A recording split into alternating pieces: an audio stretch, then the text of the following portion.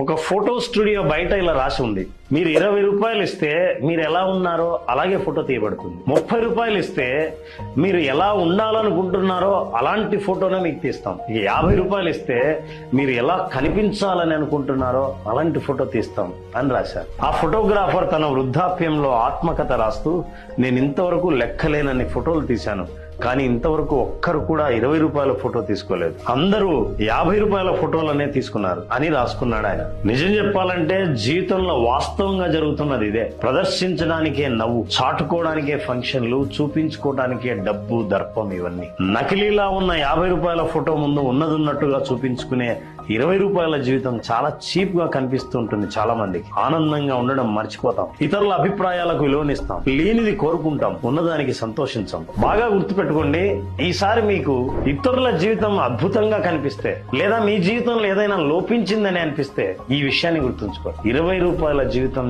చాలా సింపుల్ గా ఉంటుంది, కానీ ఒరిజినల్ గా ఉంటుంది. 50 రూపాయల జీవితం తలతలలాడుతూ ఉంటుంది, కానీ వాస్తవం అది కాదు. మీరేమంటారు?